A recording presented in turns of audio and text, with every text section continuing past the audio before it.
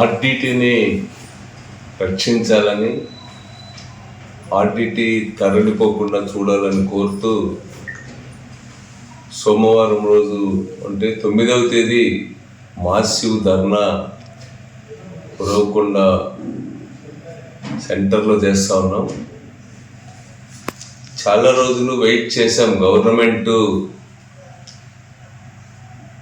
ఆర్డిటికి విదేశీ నిధులు కొనసాగిస్తుందని, ఈ గవర్నమెంట్కి అవసరమైన సమయం కూడా ఇచ్చాం. ఇక్కడ ఉన్నది రాష్ట్రంలో ఎన్డీఏ ప్రభుత్వం ఉంది. ఇప్పుడు కేంద్రంలో ఉన్న ప్రభుత్వం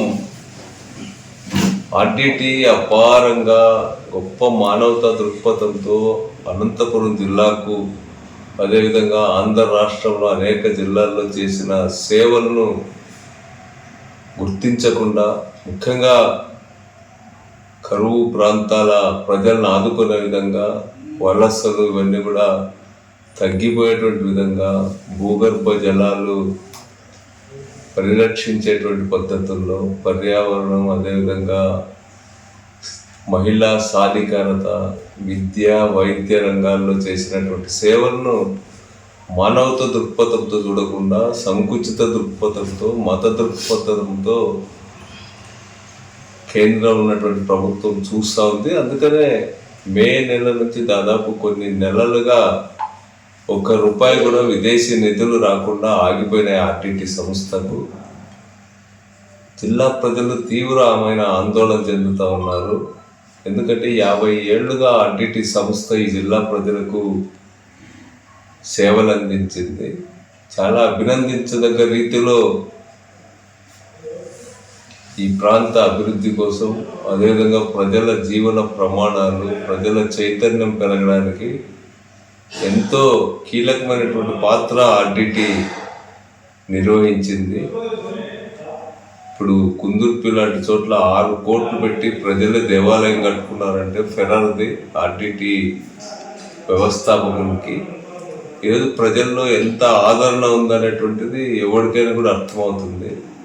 ముఖ్యంగా ఎయిడ్స్ నివారించడానికి ప్రత్యేకంగా హాస్పిటల్లో కృషి చేయడం, ఎయిడ్స్ ఈ వైద్యం చేస్తున్నారనే పేరు మీద ఒక్కోసారి హాస్పిటల్ కూడా మూసేసుకునేటువంటి పరిస్థితి వచ్చింది అప్పట్లో. అదేవిధంగా కరోనా విషయంలో ఆ సందర్భంగా నిజంగా కరోనా అప్పుడు చాలా పెద్ద వాళ్ళు కూడా మాకు బెడ్ కావాలని, మాకు ఆర్డిటిలో చూపించుకునే అవకాశం కల్పించాలని చెప్పి ప్రాధేయపడేవాళ్ళు. అంతా సేవలు అందించింది ఆర్డిటి సంస్థ. ఈరోజు ఆర్డిటి సంస్థను మూసివేసేటువంటి పరిస్థితి వచ్చింది. ఇన్ని నెలలుగా విదేశీ నిధులు ఆగిపోవడం వల్ల సంవత్సరానికి ₹600 కోట్ల, 500 కోట్లకు పైగా జిల్లాకు తీసుకొచ్చి జిల్లా ప్రజలకు, అదేవిధంగా ఇతర జిల్లాల్లో కొద్దిపాటి సేవలను కూడా అందించింది ఆర్డిటి. అట్లాంటిది ఇప్పుడు ఆగిపోయేటప్పటికి చివరికి వాళ్ళు రేపు వస్తుంది, మర్నాడు వస్తుందని చెప్పి వెయిట్ చేస్తూ వచ్చినారు. ఇప్పుడు చివరికి ఆస్తులు కూడా అమ్ముకునేటువంటి పరిస్థితి వచ్చింది. ఈవెన్ ఈ ఆర్డిటి గ్రామీణ స్టేడియము చాలా పాపులర్. అది గ్రామీణ ప్రాంత యువకులకి ఎంతో క్రీడా స్ఫూర్తిని, అదేవిధంగా క్రీడలను పెంపొందించే రీతిలో అభినందించదగ్గ రాష్ట్ర స్థాయి పోటీలను కూడా నిర్వహిస్తుంది. అట్లాంటి స్టేడియం ఈరోజు దాన్ని అది పోయేటువంటి పరిస్థితులు కనిపిస్తూ ఉన్నాయి. దాన్ని కూడా అవసరమైతే వదులుకునేటువంటి పరిస్థితి వచ్చినా రావచ్చు అన్నమాట. అందుకనే ప్రజలు తీవ్రమైనటువంటి ఆందోళన చెందుతూ ఉన్నారు. దీనిపైన అజిటేషన్ కూడా ప్రారంభమైంది. అఖిల పక్షాల ఆధ్వర్యంలో దళిత బహుజనుల యొక్క ప్రధాన పాత్రతో నిర్వహించాలనుకున్నప్పుడు ఒక ఊపుకు వచ్చేటప్పటికి టీడీపీ వాళ్ళు దానిపై నీళ్లు చల్లినారు. దాన్ని మేము కేంద్ర ప్రభుత్వం పైన ఒత్తిడి తెచ్చి సాధిస్తామని చెప్పి వాళ్ళు లోకేష్ దగ్గర, అదేవిధంగా చంద్రబాబు నాయుడు దగ్గర కలిసి విన్నవించినారు. వాళ్ళు కూడా కేంద్ర ప్రభుత్వం దగ్గరికి వెళ్ళి అమిత్ షాతో వాళ్ళతో మాట్లాడినారు. కానీ చాలా అది పైనుంచి అబద్ధాలు చెప్తా ఉన్నారు, అయిపోయింది. కానీ చాలా విశ్వసనీయ వర్గాల ద్వారా ఆర్టీటీకి చాలా దగ్గర సంబంధం ఉన్న వాళ్ళ ద్వారా తెలుసుకుంటే అసలు ఒక అడుగు కూడా ముందుకు పోలేదు. ఎక్కడ ఉన్నది అక్కడే ఉంది. అది ఇంకా రాకపోతే ఆర్టీటీ వాళ్ళు అవసరమైతే శ్రీలంకకు తరలిపోతారు అనేటువంటి ఒక వాతావరణం కూడా వచ్చింది. మరి విదేశాల నుంచి 100 కోట్లు తెచ్చి వెనుకబడిన ప్రాంతాలు, కరువు ప్రాంతాలు వీటిని ఎంపిక చేసుకొని ఎక్కడి నుంచో వచ్చి ఇక్కడ సేవలు అందించేటువంటి సంస్థలను పోగొట్టుకోవాల్సినటువంటి అవసరం ఏముంది?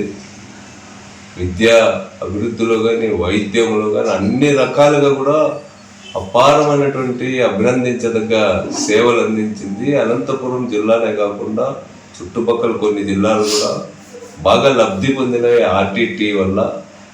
ఆర్టీటీ వల్ల ప్రజల్లో, మహిళల్లో సాధికారత కానీ, ప్రజా చైతన్యం దళిత బహుజనుల్లో కానీ బాగా పెంపొందించిందంటే కూడా కళ్ళారా ఈ జిల్లా ప్రజలు చూస్తున్నారు. ఇప్పుడు మేము కోరేది ఏమంటే, అవసరమైతే ఇంతకంటే ఏం పని ఉంది? చంద్రబాబు నాయుడు గారు అవసరమైతే పోయి ఢిల్లీలో కూర్చోవాలా, మోడీ దగ్గర కూర్చొని సాధించుకున్నవాళ్ళు. ఎందుకంటే ఆయన ఉప ప్రధాని అవుతాడు అనేటువంటి చర్చలు జరుగుతున్నాయి. అంటే అంత ప్రాధాన్యత సెంటర్లో మాకుందని చెప్పుకుంటా ఉన్నాను. సెంటర్ మోడీ ఇంతకు ముందంతా బలమైనటువంటి ప్రధానమంత్రి కాదు. ఇప్పుడు అది మైనారిటీ గవర్నమెంట్. అది ఇప్పటికి కూడా నితీష్ కుమార్ లేకపోతే చంద్రబాబు నాయుడు గారు బయటకు వచ్చారంటే అది 2 రోజులు కూడా ఉండేటువంటి ప్రభుత్వం కాదు అది. మళ్ళీ అట్లాంటి ప్రభుత్వానికి మెడలు వంచలేకపోతే మీరు ఇట్లాంటి రాష్ట్ర అభివృద్ధికి సాధించుకోలేకపోతే ఎందుకు? మీ సమర్థత, మీ 45 ఏళ్ళ అనుభవం, లేకపోతే ఒక 16 ఏళ్ళ ముఖ్యమంత్రిగా ఉన్నారు, దీన్ని కూడా సాధించలేకపోతే ఏం ఆ ప్రభుత్వానికి మద్దతు ఇవ్వాల్సినటువంటి అవసరం ఉందా? రాష్ట్రానికి అంత నష్టం జరుగుతూ ఉంటే వాళ్ళ అనంతపురం జిల్లా ఎమ్మెల్యేలు కానీ, మంత్రులు కానీ వీళ్ళు మేము ప్రయత్నం చేసినాం ఎవరైనా ఒక ప్రదర్శన చేస్తే దాన్ని రాజకీయం అంటారు. ఇది రాజకీయం, ఒక మానవతా దృక్పథంతో చేసేటువంటి కార్యక్రమం ఇది. మీరు సరైన రీతిలో స్పందించాలని ఎన్ని నెలలు వదిలేసాం గవర్నమెంట్కి అవసరమైన టైం ఇద్దామని. కానీ ఇప్పటి వరకు మీరు సాధించేటువంటి పరిస్థితి ఎక్కడ కనపడడం లేదు. పైగా మభ్య పెట్టేటువంటి మాటలు, ఉద్యమంపై నీళ్లు చల్లేటువంటి మాటలు, లేకపోతే ఉద్యమాన్ని విచ్ఛిన్నం చేసేటువంటి పాత్ర మీరు నిర్వహిస్తూ ఉన్నారు అధికార పార్టీ వాళ్ళు.